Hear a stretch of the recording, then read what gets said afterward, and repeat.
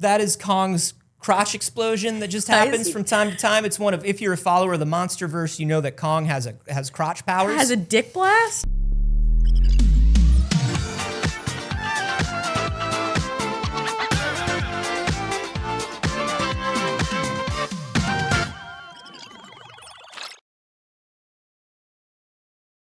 It sure is. Welcome to the first, best, and only morning show in existence. I'm Anthony Carboni. And I'm Saige Ryan. Oh, my stars and garters. Saige. Yeah. You had a big weekend. I did have a big weekend. I went to TwitchCon in Las Vegas. Ooh, did you do how many gamblings? Oh, I did so much gamble. I did a big, I drank many beverages. Yeah, so many alcohols. And did you go to I put coins in machines. Did you go to a sexual club? Yeah. I didn't do any of it, actually. I played Dungeons and Dragons while I was in Las Vegas, which is apt. Your first DMing in front of a live audience. It was very nerve-wracking. Yeah, but was it a room full of a friendly audience? It was. There was a bunch of BBs in there. Nice. They were very lovely. So thank you to everybody who came and watched our game at TwitchCon. I ran an adventure all about how much I hate Las Vegas. Yeah, which, man, when you told me that idea, I was like, this is gonna crush because everybody hates Las Vegas. PS Witch was there. Hey. There we go. Yeah, so I ran an adventure I called Viva Loth Vegas, about a Las Vegas style town set deep within the abyss. Because Las Vegas is hell. If there's real underground people there. Yeah. Did you know that? In actual Las Vegas? Yeah. There's tunnel people. I'll send you a link to a documentary. I'll send you links to the documentaries. Yeah. Yeah. And then I also did an event on the main stage where we did a live murder mystery kind of event with a friend of the channel, Big Boss Bose, which was really, really lovely. And look, here's what I gotta say. What do you gotta say?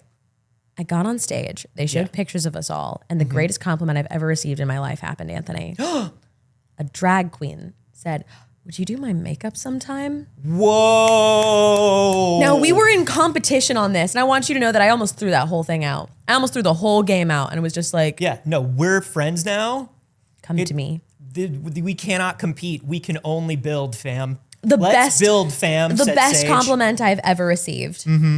Truly and honestly in my life. It can't be topped. It's like when you tell me that that you think I'm not as straight as I seem. Yeah. I take that as a very big compliment when you say it. And it's a big compliment to give. I never compliment straight men. I know. At all. I know. We've known each other for almost 4 years, and I think you've complimented me twice. Once was that. Yeah. And the other time was actually about Dagger. Yeah, that's fair. But I take that as a compliment. I give a lot of compliments about Dagger. Yeah, sure. Hey, speaking of our channel's token straights, we have somebody else in the booth today. Heyo! Josh, good morning. You guys, Alex is out of town, so we are joined by a familiar face, Spider Josh. Josh, cut to your camera. Hello, good morning, everybody. No, you got, and hopefully they can hear you. Maybe, we'll see. Everyone, bear with us because Josh is running It's Too Early for the first time, and that's a little bit of a different process. Because Alex is on the run from the law. Yes. Could y'all hear him? Was everything good? Let us know in the chat. Usually we're like, let us handle the technical difficulties. But today, Alex is in chat. Hi, Alex. Alex, don't let them know your location.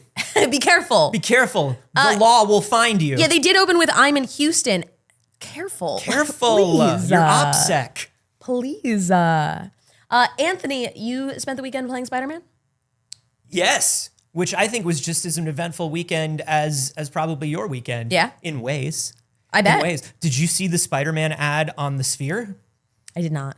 Did you see the Sphere at all? I saw it, yeah. It's hard. You can't be in Las Vegas and not see the Sphere. But you didn't see a Spider-Man on it? I did not see a Spider-Man on it. I saw a bunch of random advertisements on it because anyone can pay $200,000 and put something on the Sphere. 450 grand. 450. Yeah, so that first day where it was running nothing but Xbox ad over and over again. Millions. $450,000 at least. And PlayStation grabbed day 2. Wow. Yeah, pretty wild. Wow. Pretty wild. But yeah, I played a lot of Spider-Man 2. We'll be talking about that. We'll be talking about probably the new game of the year, not Spider-Man 2, Saige, Skull Island Rise of Kong. Yeah. We'll be talking a little bit about that. We've also got some stuff about Chris Roberts, of course, the man who's been making a game for 15 years and he promises it'll come out any day now, says it's definitely going to come out any day now. And we've got a bunch of other great news, including the scarring of fourth graders. Yeah. We got some businessy news. Yeah, we got all kinds of stuff. All kinds of but things. let's start off with that Spider-Man 2, because that's the big deal. Tell me all about it. I have not gotten to play yet, for context, everybody, because I was unfortunately in Las Vegas. No. May I never have to go there again. I think it's so fun. The number of posts I saw, the number of friends who like messaged me and were like, I'm really glad I'm at TwitchCon, because TwitchCon's great, but I'm so bummed knowing that Spider-Man 2 is like literally sitting at home on my PlayStation's hard drive right now. Like Spider-Man 2 came out and nobody who was at TwitchCon got to play it at all. No. I a played couple it of people brought consoles to their hotel room. Of course. It was a gamer con. Of course. Yeah. I played it basically all weekend. I streamed it a couple times, and I got to tell you this. This game is wild. This game is so wild, Saige. I think, number one, okay. Here's the thing. Okay. Obviously, we're big Spider-Man fans here in this house. Obviously, we're going to like the game. Obviously, the 2018 game was great. Miles Morales was great. Yeah. This game is so much better than those games. Whoa. There's so much. The only way I can describe it, I kept saying this on stream. I was like, damn, there's so much game in this game. Wow. There's like a lot of game in this game. And I think it's going to be huge for a couple reasons. The first one, like for me, the most important one, I think the 2018 game was the best telling of the Peter Parker Otto Octavius story. Yeah, we talked about that. Ever. Yeah. And I'm a big Spider-Man 2 fan, the movie. I've never cared about Harry Osborn. Sure. I'm a huge Spider-Man fan. I've never cared about Harry Osborn. Do we ever care about like wealthy nepotism villains? I mean, that's the thing, right? And I think the other thing for me is I was always like, well, he's one of the big villains. Yeah. He's one of Spider-Man's biggest things. Maybe it's just because he wasn't a villain that I grew up with. It was before my time. Maybe that's why I don't care about, yeah, it like, wasn't your arc, yeah, it wasn't my thing. But no, it was just nobody ever made me care about Harry Osborn until this game. Wow. This is the best Peter and Harry story across all media as well. And I think that's so huge. That is huge. That's so huge. There's a lot of great, I mean, Miles's story is amazing as well. I put a little Pop-Tart there. They come in 2-packs, and I thought maybe you would want a Pop-Tart, and then we just started the show. You could still have that Pop-Tart. I will not be eating a Pop-Tart on the show. But then the second thing is technically, this is the new benchmark for console games. This is the new, wow, look at what a PS5 can do. Look at what a console can do.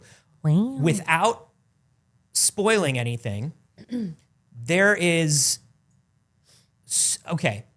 a part in the opening where Miles gets hit. And he gets hit so hard, he flies through half of Manhattan, crashing through buildings and stuff. This is all stuff like, cool, we've seen it in movies, we've seen it in cartoons, we've even seen it in video games before. Except this was done in real time. This was not video, it didn't cut to a clip. This was a fully rendered New York flying by 60 blocks in like 5 seconds. That's very Everything impressive. rendered. Every individual window has a different 3D apartment in it. Wow. Everything is it's technically unbelievable. There's no loading that I can, like, you cannot perceive any loading. There are times when you switch between the two Spider-Men, you can do it most of the game. And they call each other on the phone, and he'll be like, hey, Pete, what's up? And then it zooms across the city. That's such a good cover. In real time. Yeah. To show you whatever Peter is doing. And like, it doesn't load anything. Wild. It doesn't load anything. Yeah.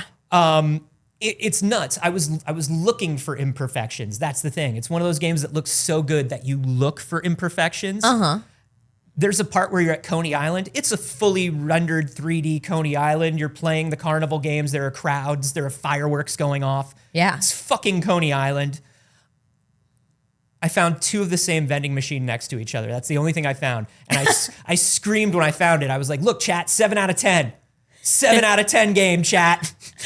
We found it. We got him, boys. God, that's so funny. Because there's nothing. The game is unbelievable. It's a perfect game. I hope the whole time we were playing it, talking about how we don't love, we have no love for like nepotism billionaire characters. Yeah.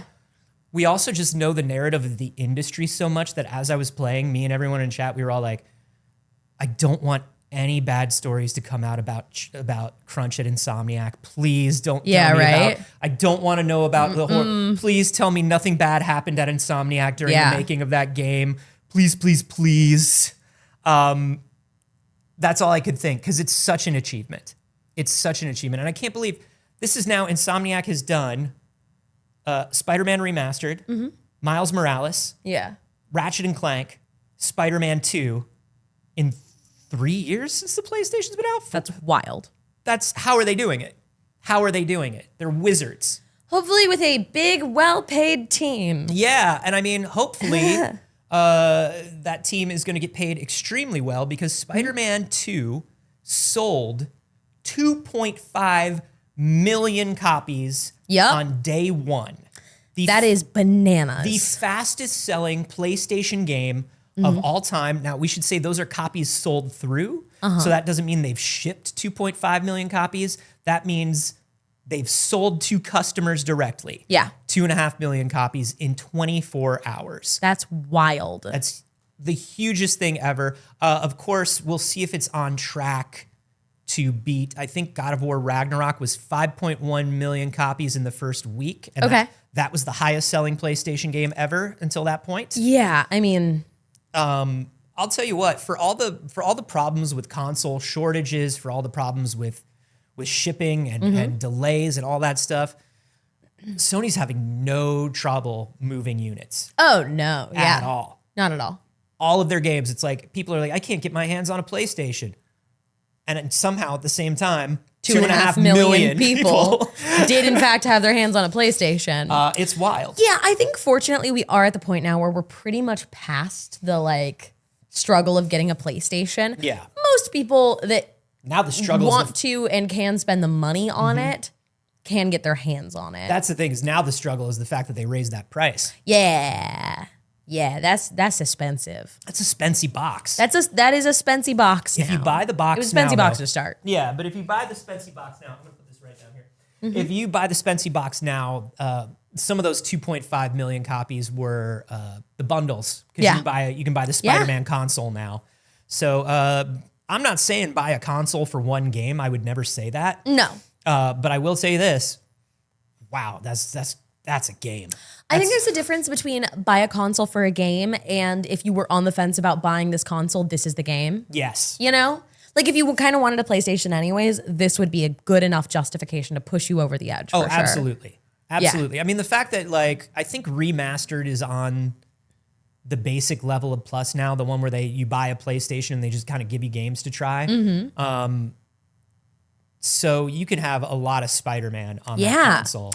I'm reading through chat's thought about it because we have a lot of BBs that have also been playing. Lanky Dragoon said fast travel is nuts. You can go anywhere on the map instantly and not set points. It's true.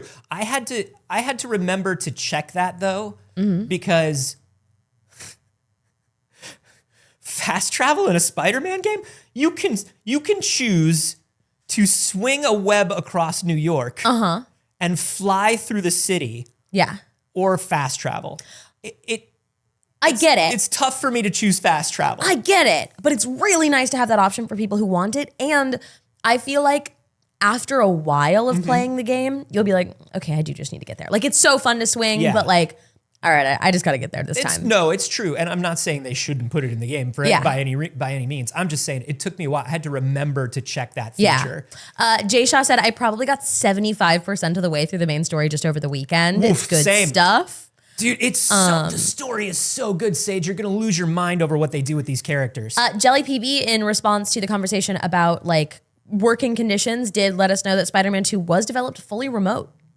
Which is a good sign. Yeah. That is a good sign. That leads towards a little bit of confidence in treatment of developers. There is, and I'm not going to give up any of our OPSEC here, but there is somebody that I see on my block quite a bit who proudly wears Insomniac staff shirts. Nice. And I'm just like, I'm not going to run up to that person in public, but it gets, the more I play the Spidered Man, the harder it gets. I like that everybody gets to, I like that everybody got to develop it remote. Yeah. I like that's good. I like that person in that Insomniac shirt was coming down every day from their home office where they were making the Spidered Man. Yeah, that's really cool. It's crazy.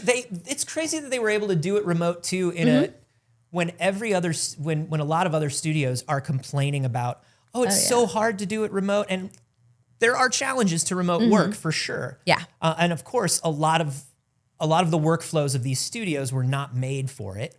But it's interesting to see how much certain teams can do. Yeah. And how much certain teams can't.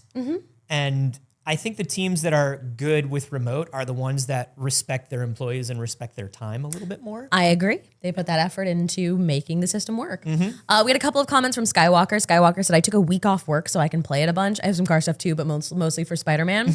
I love also that. shouted out that Miles' deaf friend got a lot of great representation in it, and that they personally felt very seen and proud of that. And that's very cool. The stuff that they do with Haley is wonderful. There's a lot of stuff that they do in the game. I don't want to give anything away, but there's some stuff that they do with Haley in the game where I'm like, I can't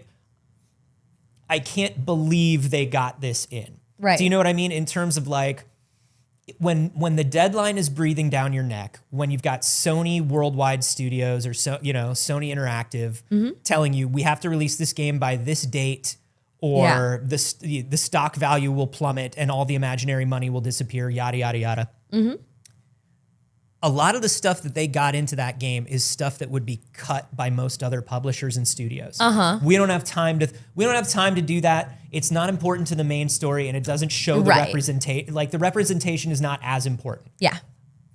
The fact that they got all the stuff in that they got in, I'm just like, holy shit, they must have stood their ground on a lot of things. Yeah, I bet. A lot of things. Hector's in the chat. Hi, Hector. We love you. I was going to text you and see if you were playing it because I thought of you. We have the answer. He said, I still got to beat Spider-Man on the Game Boy, but I'll eventually get to the new one. You can't, number one, don't try to beat Spider-Man on the Game Boy. That's something I learned this month. Don't do it. Number two, Hector, you got to play it. And if you don't have a PS5 or you don't have the game, Hector, just come to my house and play it. You're going to lose your ding-dang mind. I love what this just brought out of you. You're going to lose your mind, Hector. My mom says that you could come over. It's okay if it's okay with your mom, and we could play Spider-Man. I have Spider-Man toys at my house. Do you like Spider-Man? I have Spider-Man toys at my house. I really love that. Some of the suits are deep cuts. Yeah. And there are a couple of the suits that popped up where I was like, I thought of Hector specifically. Hector's going to love this. I was like, I know what comic cover that's from, and I think I know 3 other people that know what cover that's from. He says, I'll ask my mom, but I think she says it's okay. Yeah. Ask your mom. Come play Spider-Man at my house. Saige, if you don't want to plug in your PS5, you can come play Spider-Man at my house. I literally was like, I know I'm going to get so little time to play this right now. I offered a friend to borrow my PS5. Wow. Look, it's October. I know. October's a tough month for Sages. It's tough. It's the best month for Sages, but it's a busy month for Sages. And you know that Saige really only plugs her PS5 in for Puzzle Bobble levels. Correct. Of game releases. Well, the only things I've played on my PlayStation 5, truly honestly, are Puzzle Bobble and the first Spider-Man game. I actually haven't played Miles Morales yet, and I really need to. I watched a good bit of gameplay from it because I didn't have time at the time. But I need to play Miles Morales, and I played the first Spider-Man game. But those are the only things I've played on my PlayStation. I play on PC. It's so much easier for me. It's a spider console. I'm never in my living room. Yeah. Is something that I've realized. Like, I am at my office setup. I am at my desk. I can like pop it in between things. It's way easier to be like, oh, I've got a little bit of time in between this stuff. I'm not leaving my office and going to my living room and turning on my TV and turning on my console, updating everything because I haven't turned it on in so long. Inevitably. No. Never. My Steam, always up to date. Well, that's the thing. Everybody has their comfy, cozy pre-set up spot. And that's my desk. And their comfy, cozy pre-set up workflows. Yeah. For playing games. Yeah. And yeah, it's tough to play anything that is not part of that. It's really hard. It really is. And I like have designated times that I play certain things. And I'm sure that this is like some sort of neurodivergent compartmentalization where I'm like, well, and it wasn't always like this, but like my Switch is what I play when I travel. Yes. And lately I only play my Switch when I travel. Yeah. And if you pick it up at home, it feels weird. Yes. That's weird. That's weird. That's not what weird. it's for. Right. I play video games at home at my computer. It's just, I don't know. My brain has all these rules in it. I feel you. I feel you.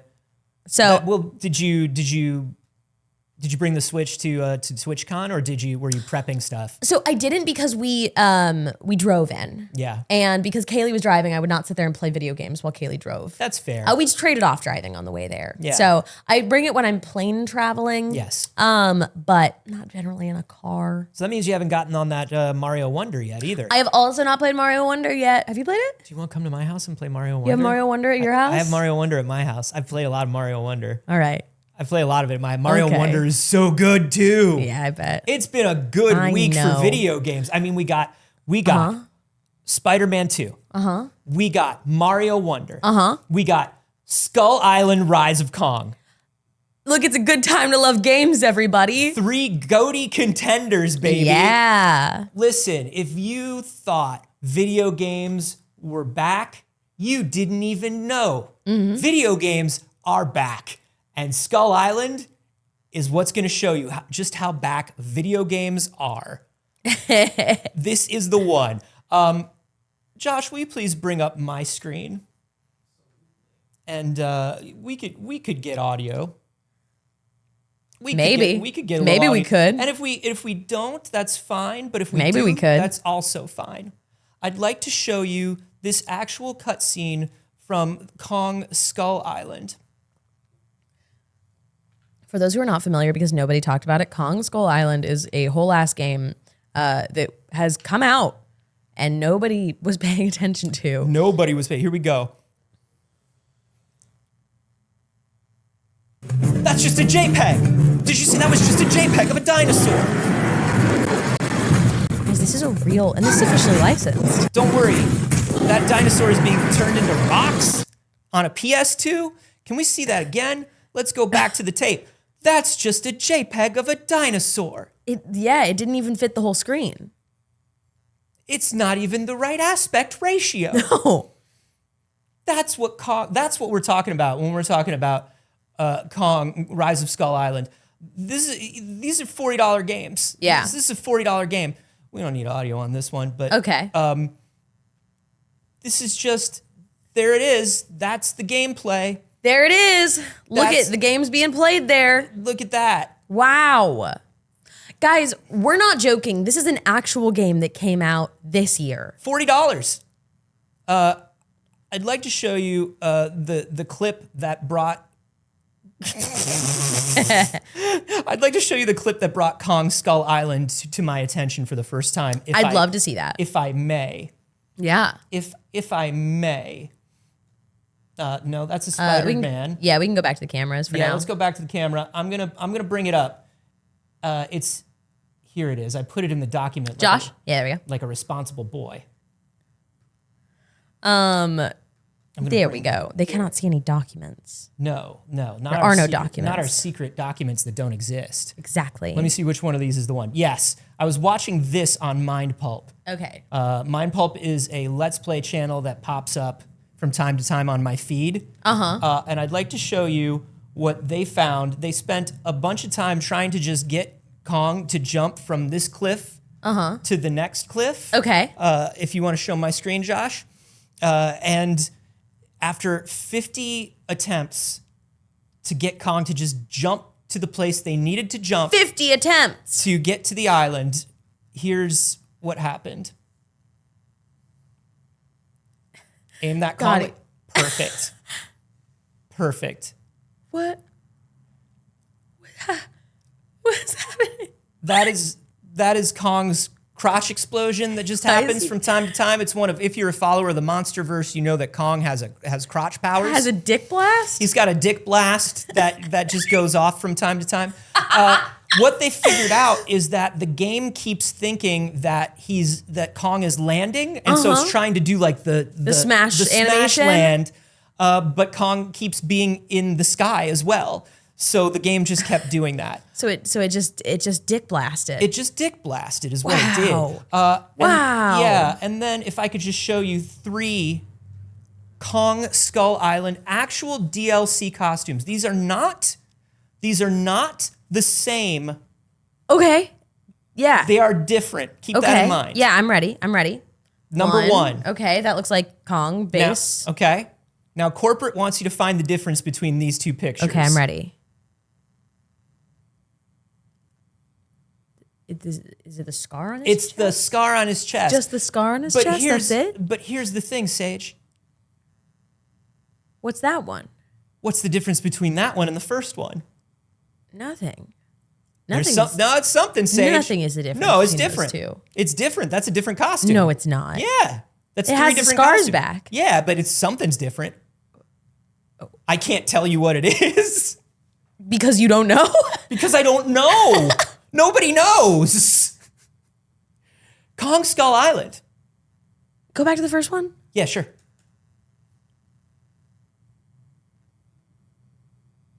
I couldn't tell you a single fucking thing. I've been looking at it for an hour, Saige. For those who are listening on the podcast later to this, I'm sorry. Some of the show is a bit visual. We do stream it live. So we have 3 different gorillas we're looking at here. Do we? Well, the middle one, okay. The first one has a almost in the shape of like a uppercase I scar on his right pec and some like scratchy scarring on the left. The second image has no scarring, and for some reason his pecs is shiny. Yeah, they're shinier. He's a little shiny for some reason. Yeah, that's not like it just looks like they used the wrong texture. Yeah, honestly, like they were like it was unfinished. Yeah, and then the third one is quite simply the same as the first one. It has to be. It's like the same facial expression. It's the same fur color. I couldn't tell you a single fucking thing. It has to be the same. Chi-Town said they buffed out the scars on the middle one, and that's exactly what it looks like with that shine. That's what it looks like. You can go back to Maine, Josh. I gotta tell you. $40. $40. Now, Saige, can you guess who the publisher of this game is? We've come across them before. Did they make Gollum? They didn't, and that's a bummer. I know. I knew that was the case. They didn't, and that's a bummer. That was a... I don't know. I don't know who the publisher of this game is. It's our old friends at Game Mill Entertainment. You know Game Mill Entertainment, Saige. Game Mill Entertainment, the creators of such things as Nickelodeon All-Star Brawl. Oh my God, and the G.I. Joe game. The G.I. Joe game. Goosebumps the game. I'm sorry, Goosebumps the game? It's not good. Cartoon Network's Battle Crashers. Big Hero 6 Battle in the Bay. Hotel Transylvania. Country Dance All-Stars. And of course, the $20 Avatar The Last Airbender game that just came out. Uh-huh. The one that I was like, oh, that doesn't look very good. Yeah, it's Game Mill, The Avatar one looked really bad. I will say, Nickelodeon All-Star Brawl did not live up to expectations, but wasn't terrible. No, visually it wasn't was there. This. No. I just looked up Goosebumps the game that came out October 13th, 2015. Yeah. And is available on Steam. Actually, very positive reviews. Really? Yeah. Maybe that's what I'll stream tonight. Let's honor this King Kong game. You must honor and play another Game Mill game. But yeah, Nickelodeon Kart Racers, Deer Hunter Reloaded, they're not known for great games. Whoa! And Kong Skull Island, apparently, they gave a developer of 22 people, a studio of 22 people. Okay. They gave them a year to turn around a King Kong game. Here's what I'm gonna say. Can I be honest with you? Yeah. That's even bad for a year. It's not the greatest. It's bad for a year. It's not the greatest. It's bad for a year. I'm sorry. I don't make video games, so I know this is totally talking out of my ass right now, but like... 22 people is a small team to make a video game in a year. Small there was also somebody that came into chat and was like, I just don't understand why people are surprised that a licensed game is bad. I'm not surprised that it's bad at all. I am surprised that it's that bad. Like, I'm surprised that it's one of the worst looking video games I've ever seen. Also, There are good licensed video games. We just spent like 20 minutes talking about Spider-Man. Literally Spider-Man. RoboCop is getting some of the best reviews of the year. Yeah. Like, people are loving RoboCop. It can be done. Yeah. And it is done. It's not only that it can be done, but it is reasonable to expect it. Yeah. Baldur's Gate is a licensed game. Yeah. That's Dungeons and Dragons. That's a license. Right. There are great licensed games. Which, if you're ready to move on, Yeah. let's talk about Baldur's Gate a little bit. Let's talk a little bit about Baldur's Gate. Baldur's Gate has truly been a romance sim since its inception. From the second the game dropped and got into people's hands, all they were doing is fucking. They were just fucking, Yeah. just nonstop. Yeah. It's all that people were talking about. And it came out that the first act of the game actually had a bug, a numeric bug that made all the NPCs way more into you than they were supposed to be. And so it was like, but it turns out that that's how into you everybody wanted the NPCs to be. Yeah, they were loving it. Nobody noticed that was a problem. Nobody was like, whoa. Everybody was like, let's play the horny tabletop game. Which is so wild because none of them were into me. It was literally a bug. I mean, that sounds like a you problem. No, it is. It is. I was not pursuing any romance. Yeah. I was doing spells. I did not with my character either. Everybody was I like, was this being game's... a druid. Yeah, everybody was like, this game's so horny. I was like, is it? I'm just trying to like broker peace between the goblins and the druids. Yeah, and there was the tiefling and druid problem, and Yeah. I was a tiefling druid, so like I was kind of caught up in some stuff. Yeah, you had a lot going on. And like I thought It's when okay we were that you haven't been dating much. I know. It's probably good for me. Yeah. But like, here's the thing. And I know we've talked about this before. But when everybody was talking about it, like when a new video game comes out, we always talk about the characters we have a crush on. Yeah. So I genuinely didn't know that people were like truly pursuing a romance. I thought we were all just like, oh, this one's cute. Yeah, I imagine I do kisses with that one. And it's like, yeah. I do kisses with it too. Yeah. And it's like, no, we're actually fucking. You know that we're fucking characters in this game, right? No, I didn't know. So when everybody was like, who are you romancing? I was like, oh, I've got a little crush on Gale. I thought. Meanwhile, Gale especially fucks. Turns out, not me. I haven't gotten a lot further into the game, but it was just not my focus. It sounds like my high school experience. Hard same, Hector. As a homeschool kid, I also didn't know what everyone meant when they were talking about romance then either. Yeah. When everybody was talking about boys they liked, I'm like, you talked to them? You've spoken to the boys? No. Certainly not. No. You've gone into the forest where they make camp? So much so that although she turned out to be more right than I would have understood at the time, I will never forget my sister just looking at me and going, "Are you a lesbian?" when I was like 14 because I had never dated. Yeah. Which I think is pretty reasonable. I was like 14. Yeah.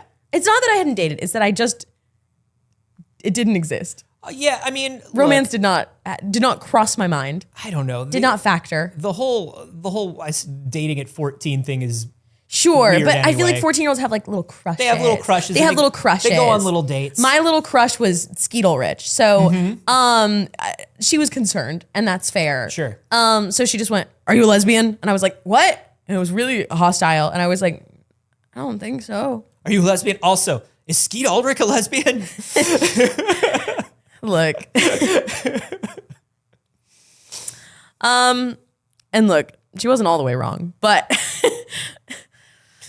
anyways, that's not what this is about, though it is about Baldur's Gate romance. Tell me all about it. People were not getting enough of the romance that they were having. There just wasn't in enough. the game. There wasn't enough romance for them, even with a bug that made this game just romance central. They needed more. So they've created fictional romances that are not happening in this game to ship. They've gone so far around where, like, truly, they were like, here you go. Here's all of these characters. You can have sex with them. You can do all of these things. And they're like, no.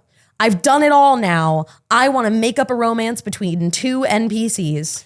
It's like when you come home to your small town and you find that a bunch of people have gotten married only because they've already dated everybody else in town. Right. this is what's happening now is it's just like, well, everybody else is kissed, so I guess these two kiss now? Yeah. So Only one's left to kiss? So currently, the fan ship is Withers and Raphael. Okay. And we're getting straight up Withers and Raphael fan cams.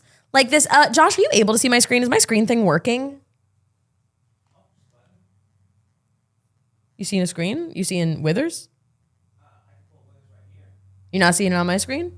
No, I see it on my screen. Okay, yeah, you can pull it up. All right, well, it's not a competition, Josh. Yeah, you can pull it up right now. Yeah. Let's play that clip then.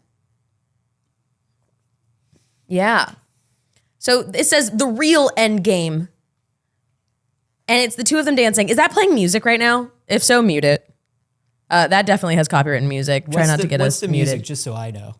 What song was it, Josh? Wow. Josh. I think it's because every time we touch, I get this feeling. Good. Yeah.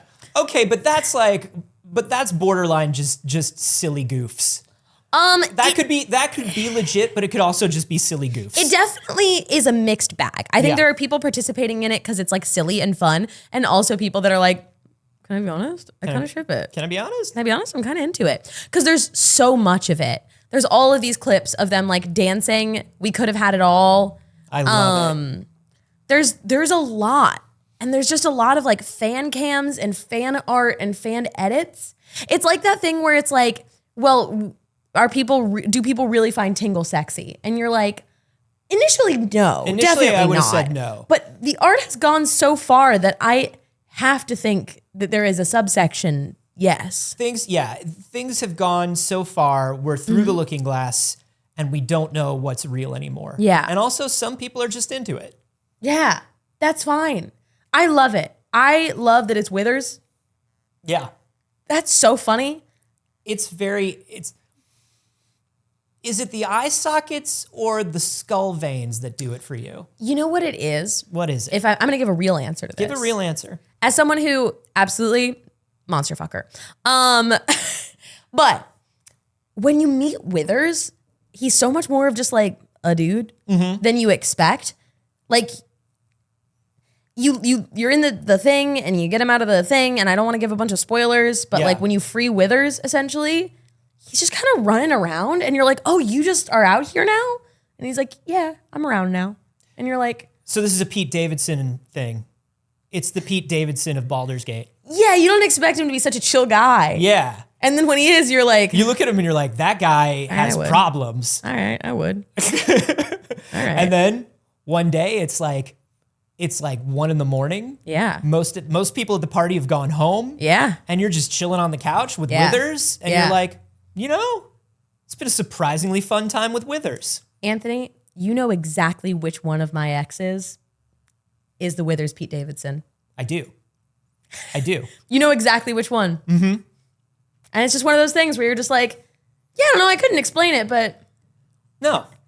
everybody kind of gets it. He was there and he was very chill at a time where I just needed things to be chill. Yeah, he was just kind of a chill guy. You know, like, I don't know, he's just... Sure. So Everybody I gets feel one. like Withers is a little more chill than he should be. Like, they wrote him a little wrong. Yeah. And they also wrote Pete Davidson a little wrong. They did. You know? They did.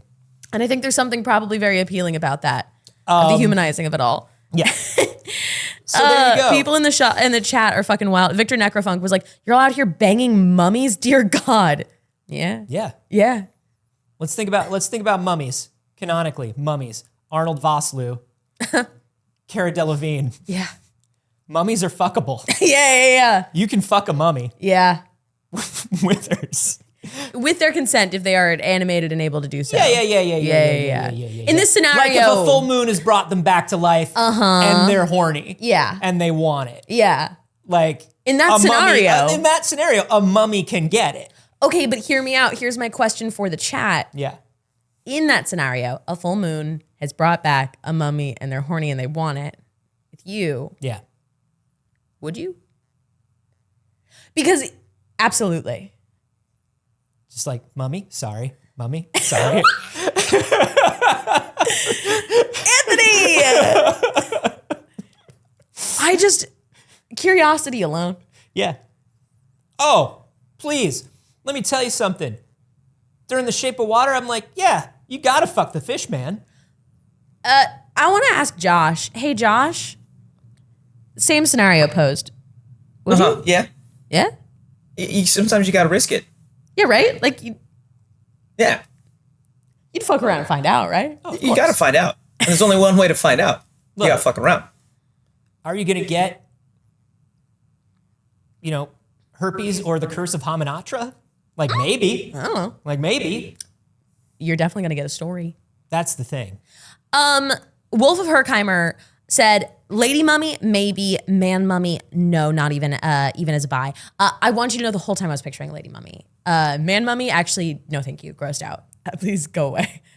Even Arnold Vosloo from the first Mummy, when he's like human mummy. Because he's human. Like, that's not really. When he's like human mummy. I mean, when he's human mummy. When he's like human. That's just a mummy, guy, right? though. What about when he's got that one cheek hole and that's it? There's so many jokes and I won't make them. What about when he's got that one cheek hole and that's it? I'm going to move on. I don't know. Okay. Let's rank. So The Shape of Water obviously came out because Creature from the Black Lagoon had subtext of I'm not a monster, I'm a person. I want to do smooches. I love one that's a monster but not a monster. Yeah, like particularly when you get to like Creature from the Black Lagoon 2 and 3. Yeah. It's like very much about relationship and stuff I like that. love Creature. Yeah, we love Creature. So like, let's go ahead and just rank some creatures on the fuckability scale. Yeah, let's go ahead. 'Tis the season. Okay, so I'm gonna make the list first in no particular order. Okay. You have to have Frankenstein's monster. Sure. You have to have the Wolfman. Yes. You have Creature. Yes. All the Universal monsters. So yeah. you've got a Dracula in there. Dracula. Bride of Frankenstein. Bride of Frankenstein. Wolfman. I said Wolfman. You said Wolfman? Okay. Yeah. Continued. Anybody want to add to the list? Or Josh, do you want to pull up a list of Universal monsters? Because I'm sure we're forgetting some. I feel like those are like the big ones. What about a straight up ghost? Oh. Yeah, I mean, that's easy. We'd all Yeah. Phantom is valid. Oh, yeah, Jekyll and Hyde. Yeah. Jekyll and Hyde, which is one. Cordy said The Fly. The Fly. The Fly. You gotta do The Fly. I'm going to pull up this list too. Yeah. Because we need this in front of us. Yeah, I need it for reference to rank. Yeah. Okay. All right. Are you throw on it- Monster Complex? Throw it up for the BBs so they can see it. Okay, from the classic era. Yeah. Yeah. No, this is okay. Hold on. I just want to see the monsters themselves, and I don't really want to see like the movie titles. I want to see the monsters. You know what I mean? Yeah. Okay. So Anthony, who are you putting at the very bottom? At the very bottom out of that list, Yeah. The Fly. I was also gonna say The Fly. I was going to Fly. pull up an image of The Fly. I'm gonna have to say The Fly is bottom of the list. Anybody who throws up on their food to eat it, It's got to be pretty low for me. I'm not here to kink shame anybody. Sure. But I'm not into that. That's Yeah, not my yeah. kind of play. We also didn't factor the Invisible Man. Oh, the Invisible Man. Yeah, that's Okay. a classic. Yeah. Not the new one, the classic. The classic. Because I'm gonna be honest with you, the new one, maybe below The Fly. Yeah. Oh, yeah. I think I think I'd rather. I think every Invisible Man since like Kevin Bacon and the Hollow Man. Yeah. Is like, oh no, we don't talk about no, not the Invisible Man. Yeah. Okay, so we're not factoring that in. No. Okay. The Invisible Man is on lists, but not this one. You know what I'm saying? Do you want to just do like a top 3 then? Well, here's what I'll tell Or you. are you going all the way up? Here's Are you what I'll tell ranking all the way up? It's The Fly. And then I think it's Elvira does not count. Then I think it's Jekyll and Hyde. Yeah, I agree. Then I think it's Jekyll and Hyde. Been there. Pass. Yeah, Jekyll and Hyde is too like Jekyll can't fuck. Yeah. We know that. Yeah. Too repressed. Yeah. And then Hyde, you don't wanna. No. No. Again, been there. I'm good. Then I think maybe Creature. Really? Yeah, I'm just not that into Creature. Yeah, me either. I mean, you what? I mean, I'm gonna have my own list. You're gonna have That's your own fine. list. But so far, I've agreed with you on the first two. yeah. Then I think creature. Then I think Wolfman. Then I think, because here's the thing about Wolfman. During full moon, Wolfman. That's Yeah. probably not great, but we do know from it could be, but we definitely know from Wolfman lore that when Wolfman is not Wolfman, he is pretty broody and intense and cool in other ways. You know what I mean? Yeah. Smash. Then I think Mummy. Then I think Frankenstein, and then Dracula's at top. Dracula's at top. Was it? Now you didn't put Bride of Frankenstein in there anywhere. Oh, Bride of Frankenstein. I don't know. Are they looking for a third? Can I put them at the same? No. Okay, then Frankenstein, then Bride of Frankenstein, Okay. then Dracula at the top. Okay. That's what I think. That's what I think I do. Okay. Dracula's at the top. Dracula's number one. Dracula's at the top, man. Vampires are always sexy. That's their whole thing. Classic Dracula is not sexy. Classic Dracula, I think, is sexier than the ratings board allowed him to be. All right. You know what I'm saying? All right. All right. From the top, From the top down. I'm going top down. Okay. Because otherwise I'd be repeating a lot of your list. The bottom Okay. half, I'm with you. Okay. Number one, Bride of Frankenstein. Okay. That makes sense. You've got, listen, I've watched you watch the Munsters and the Addams Family and a lot of, like, I know. Yeah. It's going to be Bride of Frankenstein. Number two, I'm struggling with. Yeah, I think it's going to be Dracula. sure. I think number three is Creature. That's okay. Creature's up really high for me. I love Creature. That's from the Black okay. Lagoon. Listen, I understand. I that love Creature. Creature is, I'm not the audience for Creature. I know a lot of women that that would put Creature way up high. Creature was almost number one. I'm going to be honest. Until we remembered Bride of Frankenstein, I was like, oh, Creature. Like if we were not copping, if we were doing no cop outs, no like human people. Yeah. You know, it's a monster fucking list. Oh, okay. Yeah. If we were to like rule out like, okay, well, Bride of Frankenstein is just a hot lady. She's literally just a hot woman. Yeah. She's just got a cool gray streak in her hair. Yeah. If there were no like, okay, it's a person. Yeah. Creature's number one. Creature's number one. Yeah. Creature's big. I think Dracula, Wolfman. I think that image of Creature holding the woman Oh, yeah. is like indelibly burned into a lot of lady brains. Yeah, it is. I truly is. think it is. It truly is. You know, the version of that that's burned into my brain is the version with Gillian Anderson or Gillian Anderson. Yeah. Hector said, I got Creature from the Black Lagoon in 3D. It's very good time. Hector, can I come over and watch Creature in 3D? Can your mom, do you have Creature at your house? My mom says it's okay. Can we come over and watch Creature at your house? I'll bring Spider-Man. People are saying a bunch of other things. So we're not talking about all horror things. So I see like Tiffany from Child's Play, all of these things. Yeah. We're talking about classic monsters. Yeah, because if we want to do the real list, if we're getting into like all horror movie. that's going to be a whole episode. Yeah. Because Tiffany's in there. You've got Ghostface in there. Yeah. Like, and then which version of Ghostface? it's Billy Loomis is of the course. problem. Yeah. And like, don't talk to me about Billy Loomis. Yeah. I know what's bad for me, and boy, do I love it. We already talked about Skeetelwork today. We can only talk about my love for Skeetelwork so much. Do you notice how I'm just kind of letting her Flounder? flounder? I'm just letting her like stammer. Yeah, and I'm flustered a little Yeah, bit. you're a little flustered. I'm a but I little love it. I'm just flustered. like letting that play out. Yeah. We were in the same room recently, and I was so flustered. I can't even say what it was for. Yeah. We were both on like different episodes of a project. Yes. And what I'll say is he was trying to figure out a D&D character sheet for something. And I hope don't tell anyone, no narcs. And it was just like for a friend. It was not a thing. Yeah. And I was like, do I offer to help Billy Loomis? Just like, hey there. Do you want to help with your character sheet? Hey there, King of the Serpents. Oh my God. Oh my God. Hey there, Jughead's good dad.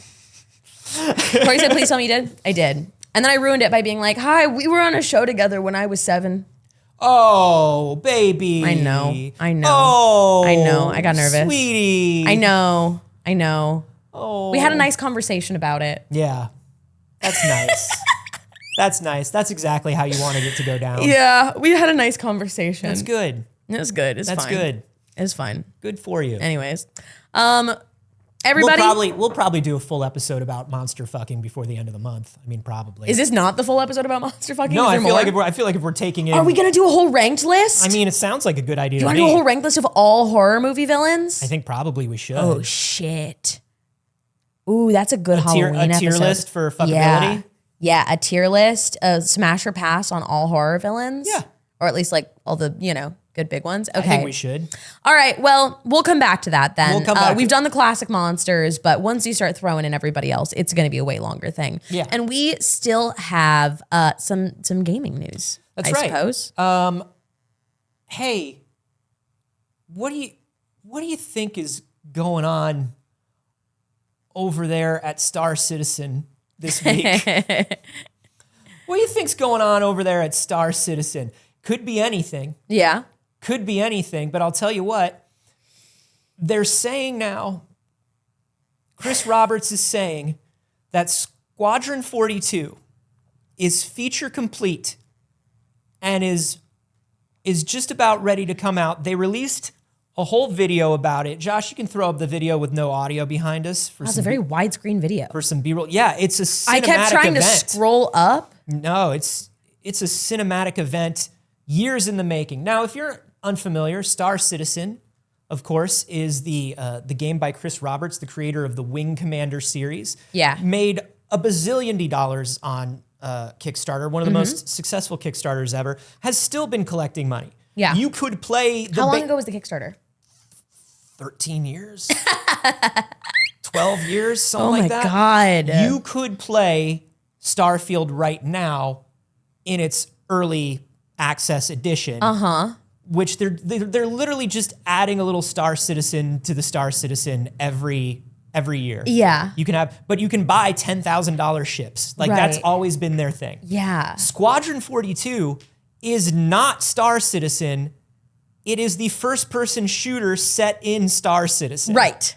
It's the side game, Yeah. but they're showing it off, and I think this is a great time for them to show it off. Strategically, it makes sense. You can full screen that, Josh. Don't be scared.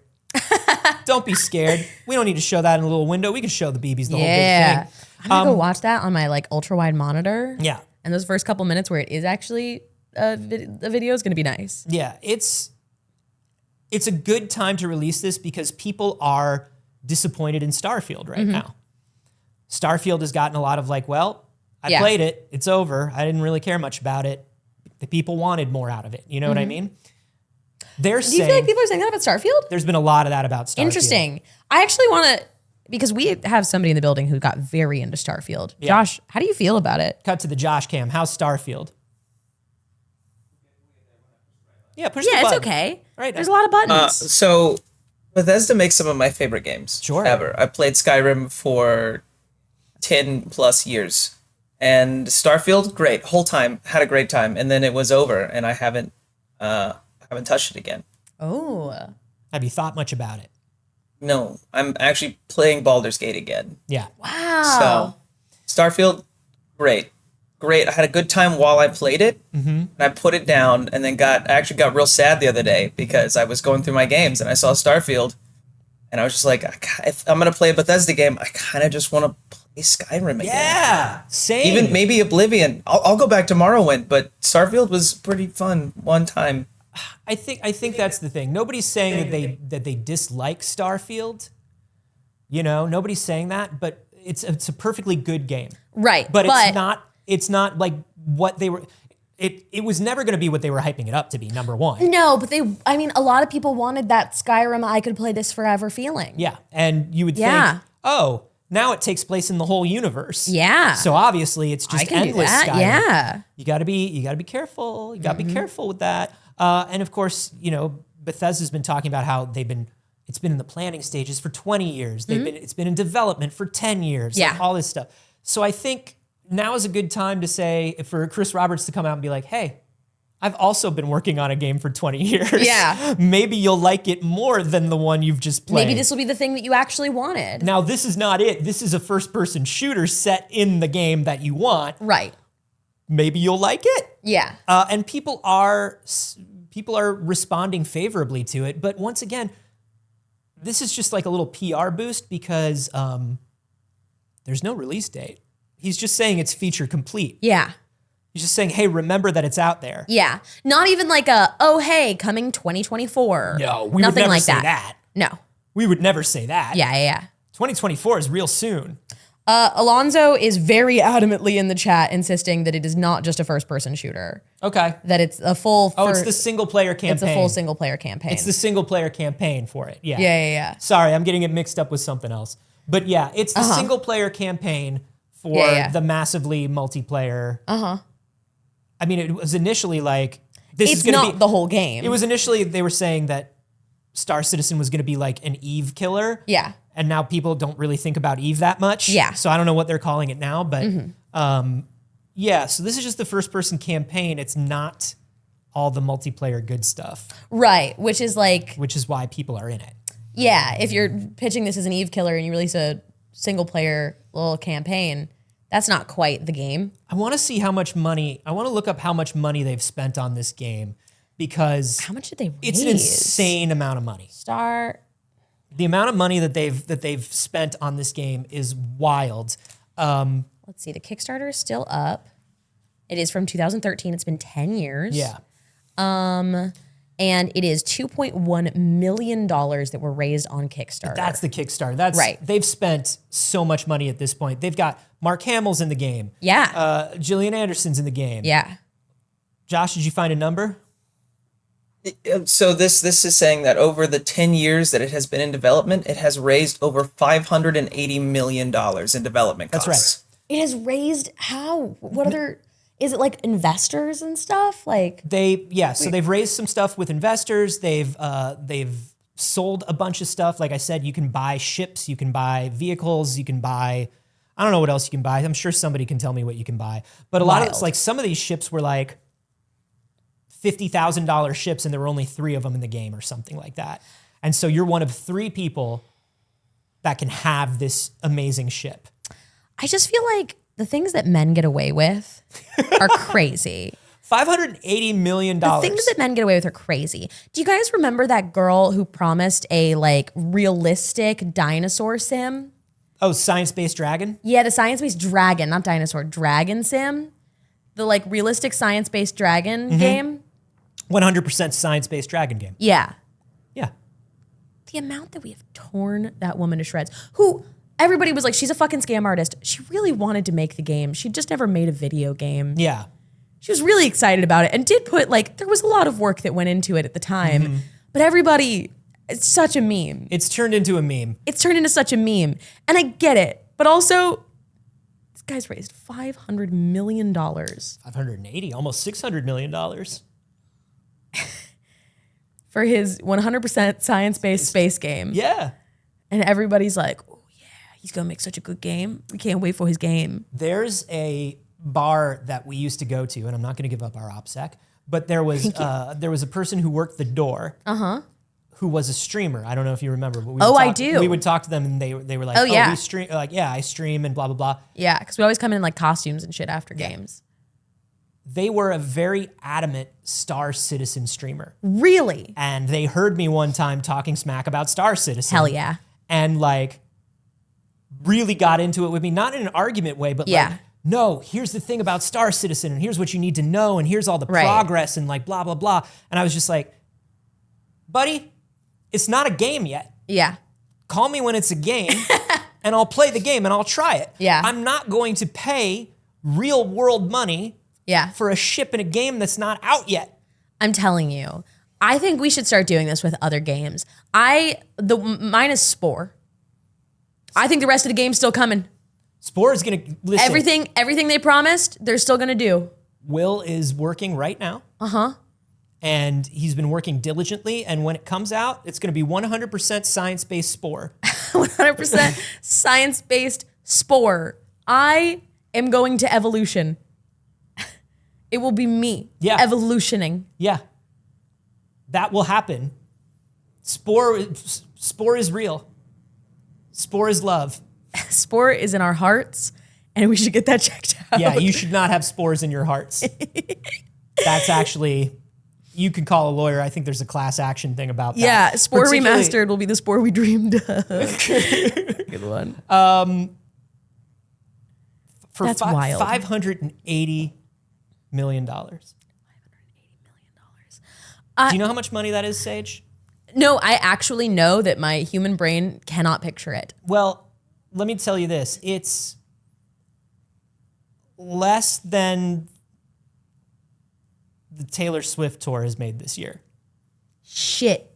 For real? Taylor Swift, I think, is on track to make $1 billion this year. And one of the things that just happened is for the second week in a row, the Eras Tour movie is the #1 film at the box office, beating Martin Scorsese's Killers of the Flower Moon during its opening week.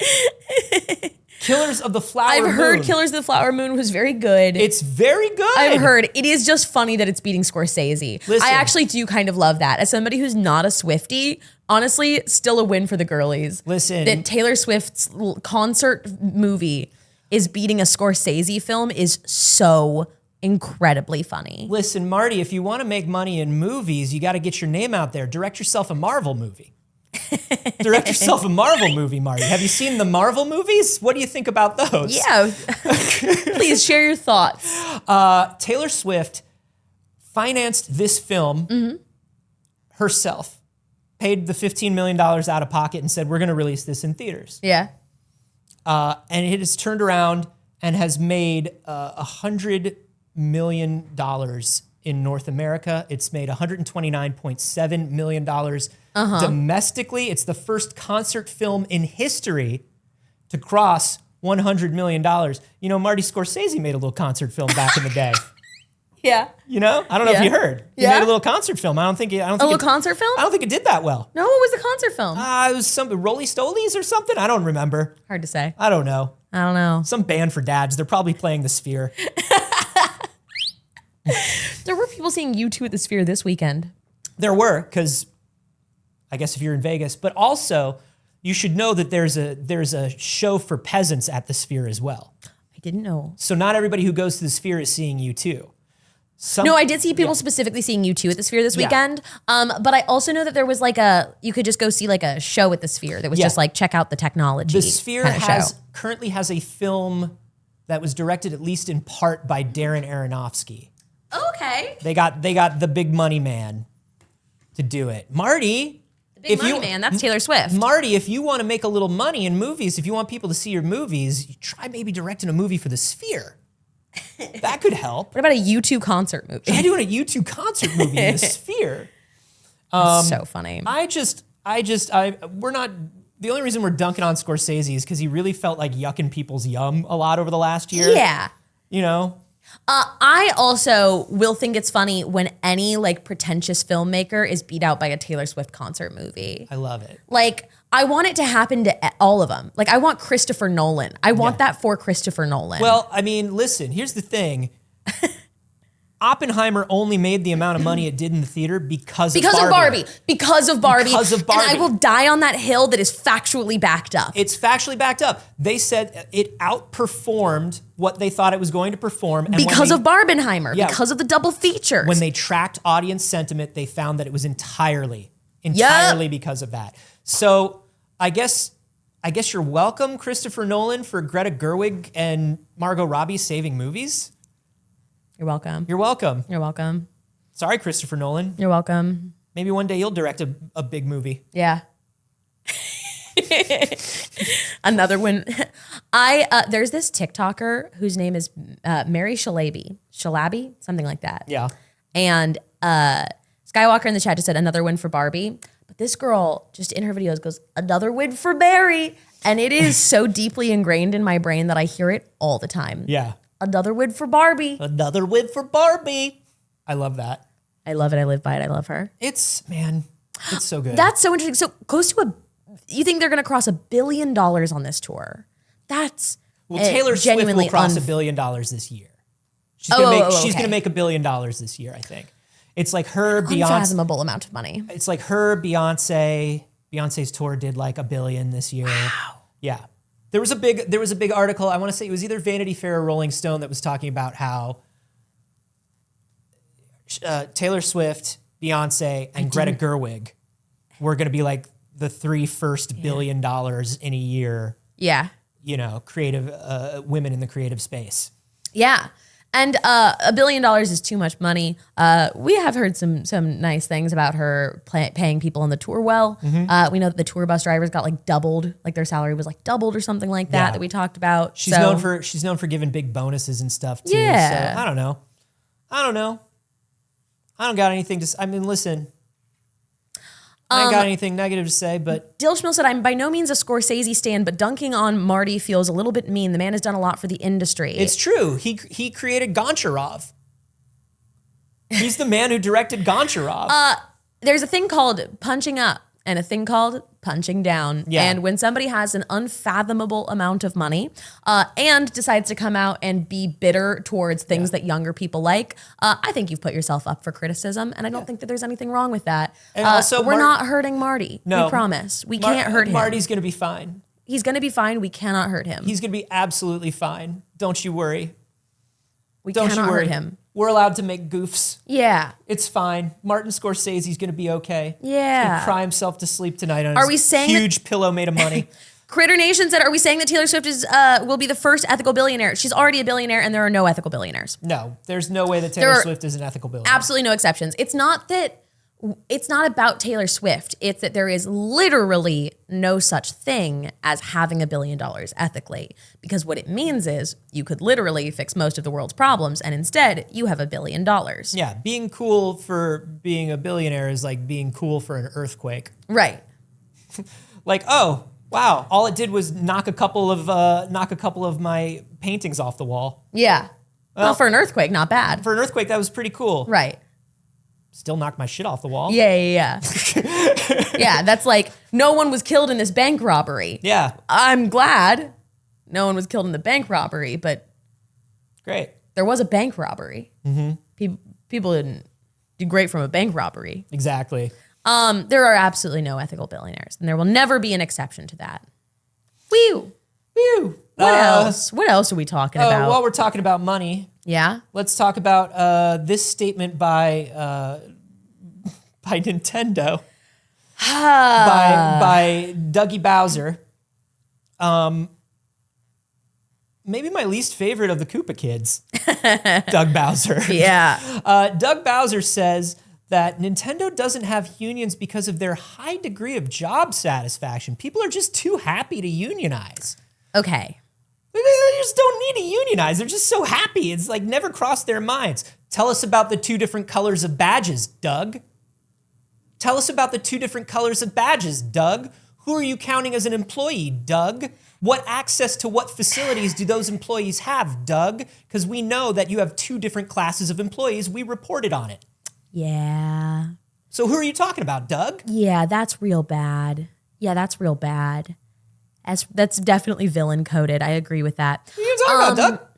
What are you talking about, Doug? It's very interesting because there is a concept in other countries that are not as deep in the hellish pit of capitalism as we are, where unions are not necessarily the best method in those countries because they are not experiencing the same capitalism we are, if that makes sense. But their systems are normally set up differently where there's more regulation. Exactly.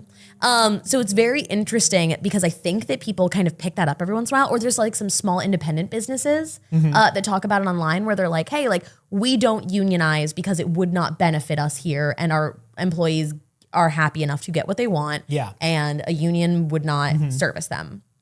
And then to have a company like Nintendo pick up that sentiment and be like, no, they're all just so happy they don't need it. They're just so happy. Oh, Haven't you seen that's bad. It's like the Oh, Flower that's Kingdom. bad. Oh, you ever that's seen bad. you ever seen the talking flower in the Flower Kingdom that says today's great? That's based on our employees. Oh, that's Every one of bad. our employees is like that little talking flower that says, "What a sunshiny day, Mario." Yeah.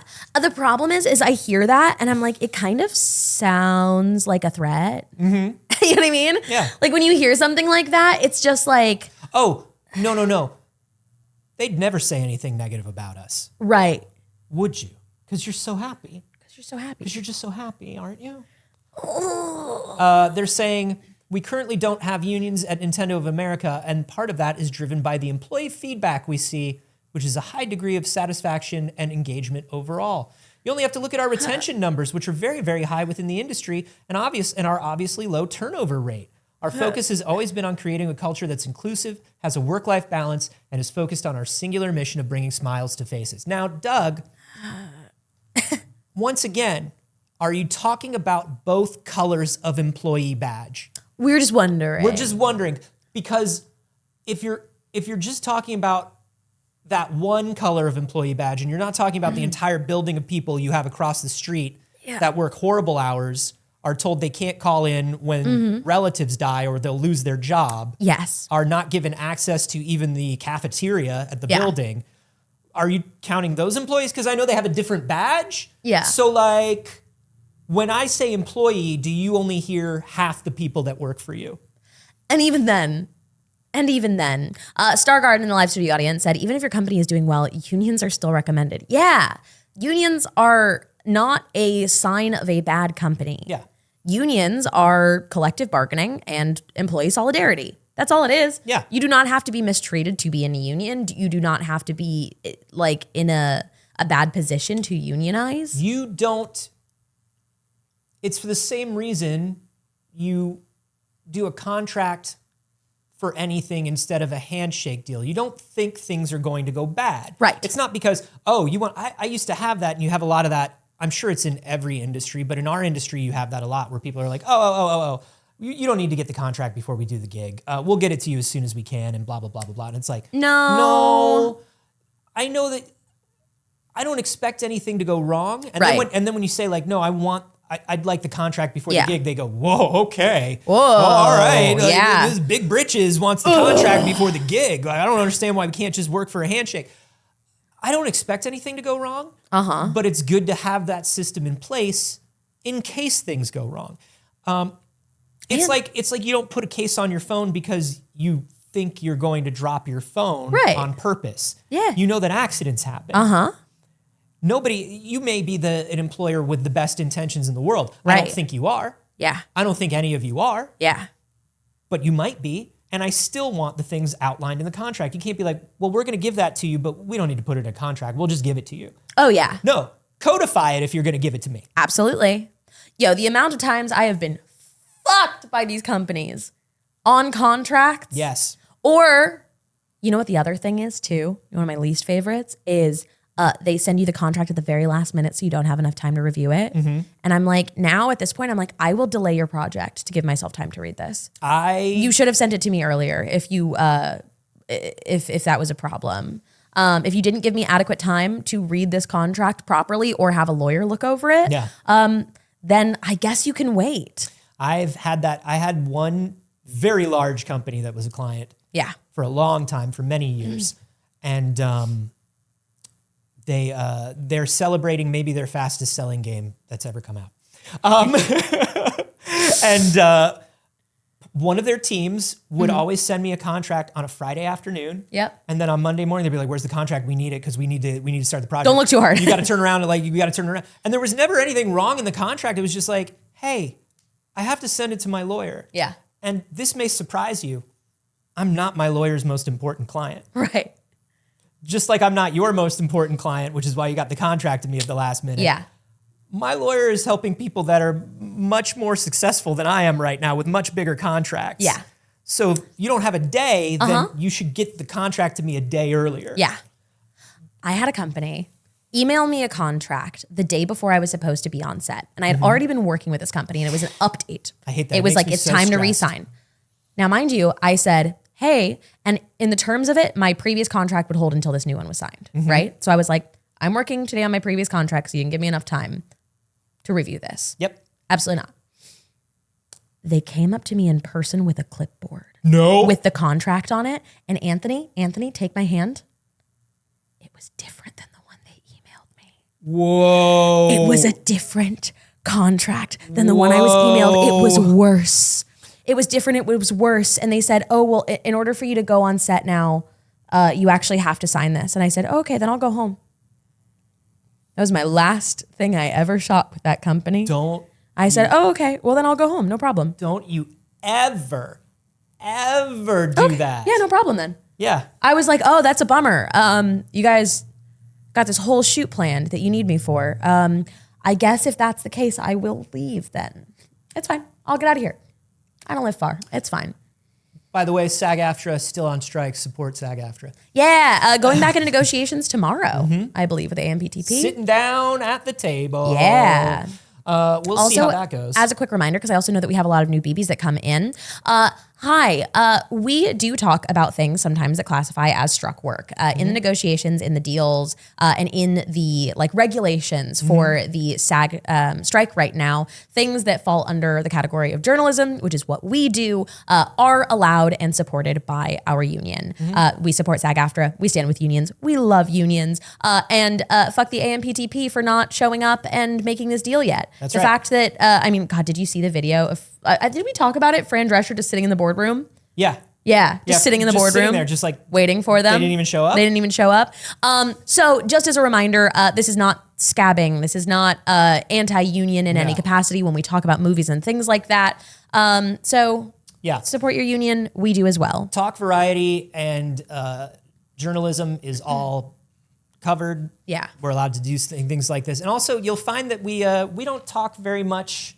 We talk very minimally about struck work, and only when we need to bring it up, Yeah. usually in connection with other things. Yeah, it's one of those things where continually, as a reminder, the unions have said, don't stop seeing movies. You do not have to stop engaging with movies. A union strike is a labor strike. Do not work for the AMPTP. You know, it's not a consumer. It's not a boycott. It's not a consumer boycott. While we're talking about these big companies giving people the credit they deserve, and respecting their creators. Yeah. I'd like to talk about the Metal Gear Solid Master Collection, Volume 1, which, as we all know, contains Metal Gear Solid 1, 2, and 3, completely new remasters. Yeah.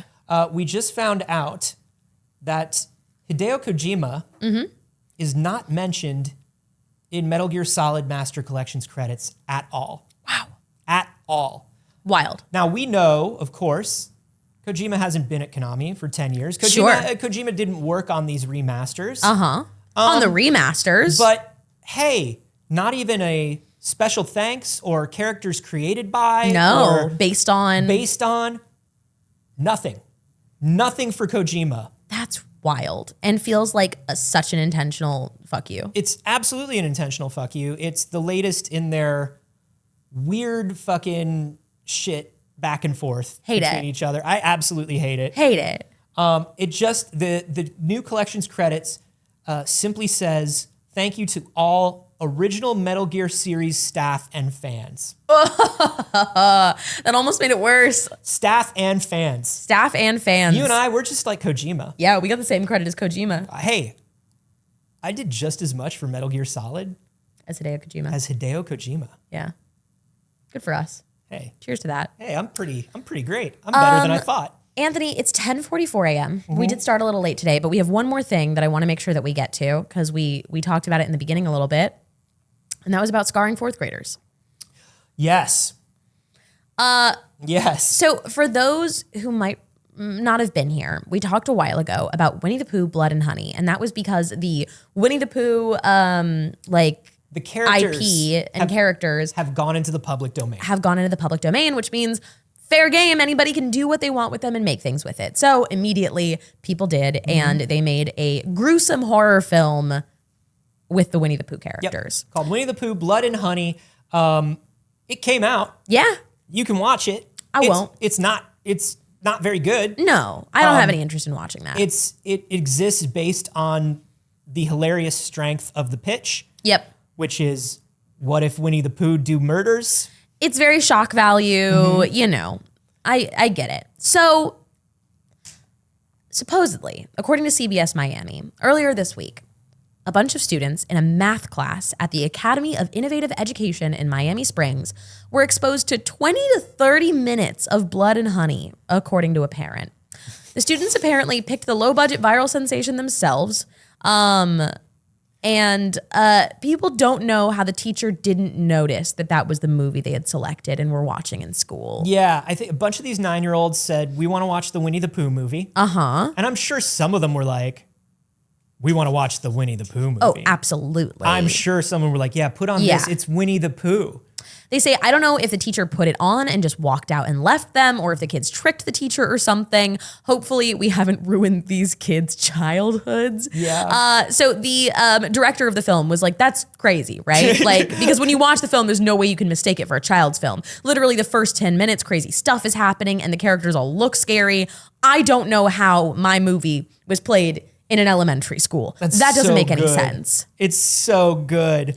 CBS Miami previously reported the students were distraught over what was being shown, saying that the teacher didn't stop the movie, even though there were kids saying, hey, stop the movie. We don't want to see this.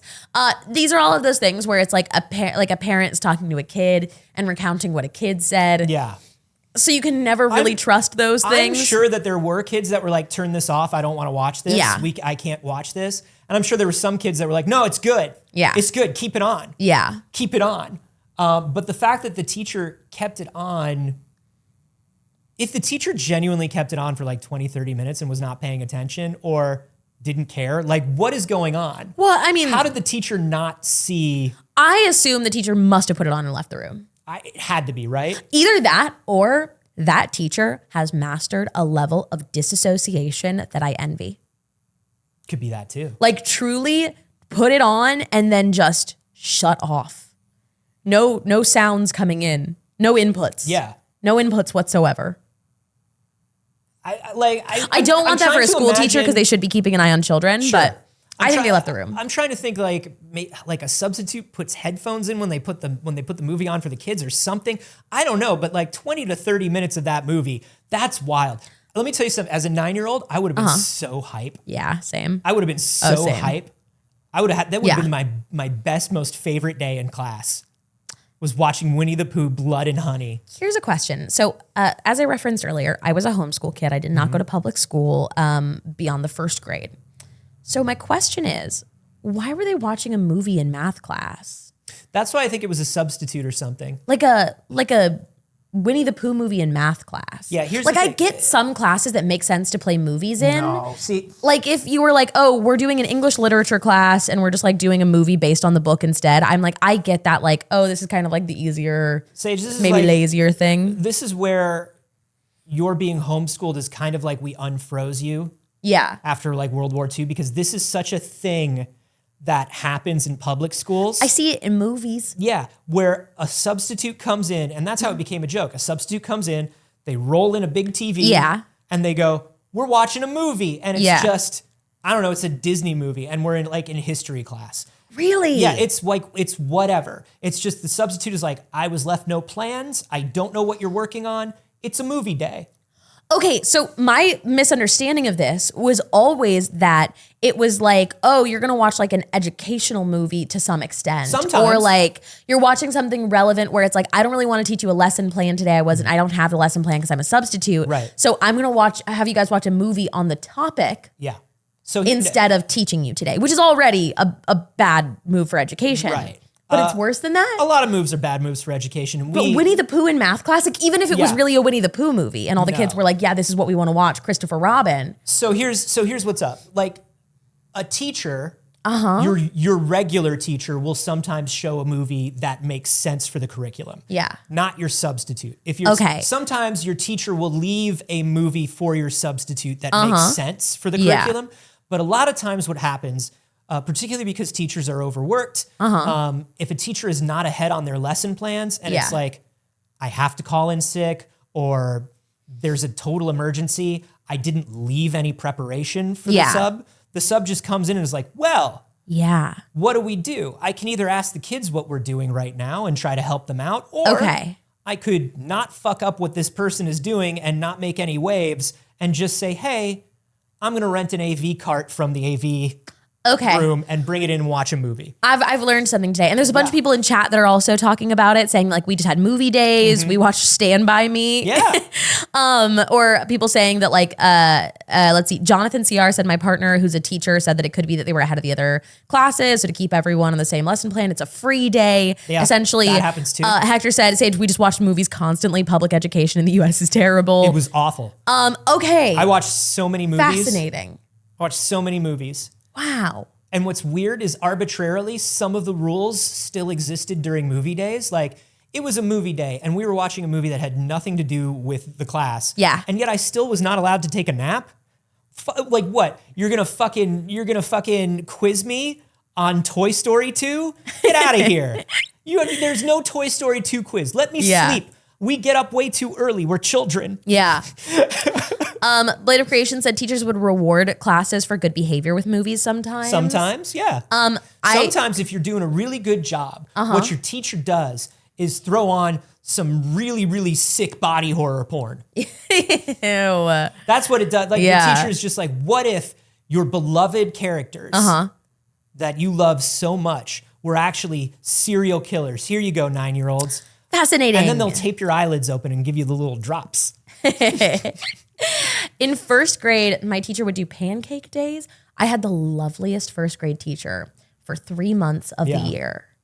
And then I missed school and they took me out of the class and they gave me the meanest teacher in the world. Oh. But like, I'll never forget this like lovely man that it was like he would have like lollipops and bring in he would come in the morning and make pancakes and feed children, like full breakfast feed children.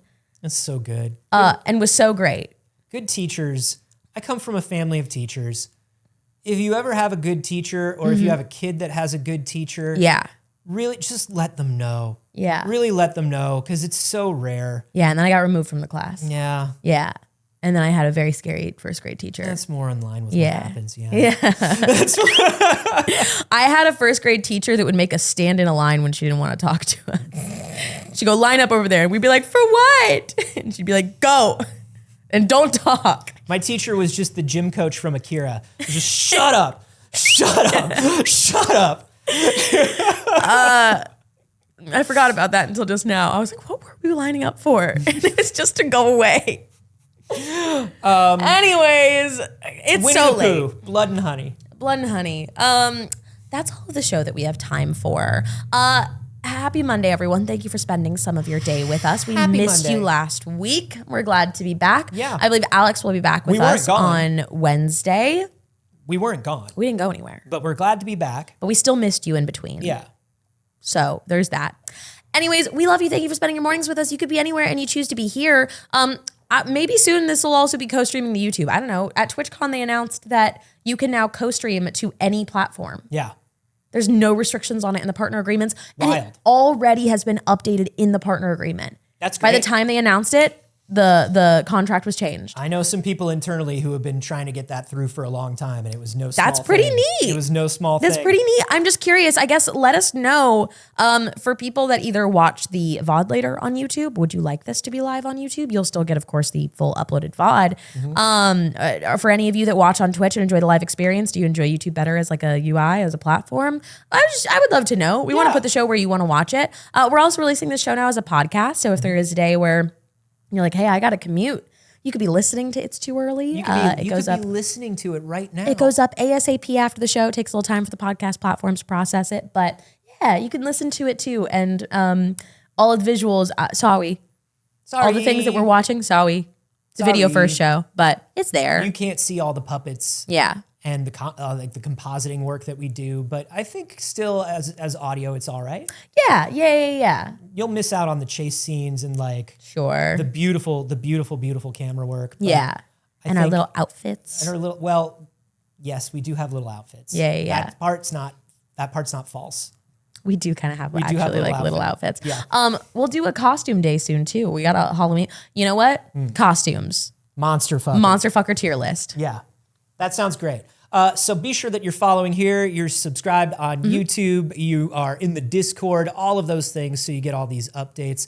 Saige, when you are not just staring into the sphere point blank to see your future, where are you? Now that I'm back, you can find me at twitch.tv/notsage. I will be streaming on my channel this evening at 6 p.m. Pacific. La-di-da, la-di-da. Yeah. What about you, Anthony? Oh, my stars and garters, thank you for asking. You can find me everywhere at a Carboni, except for here on Twitch, where I'm at Anthony Carboni. Twitch, you cowards, it's mine, give it back to me. And I too will be streaming this evening, so come check that out. I'll probably be streaming a little earlier, probably around like 4.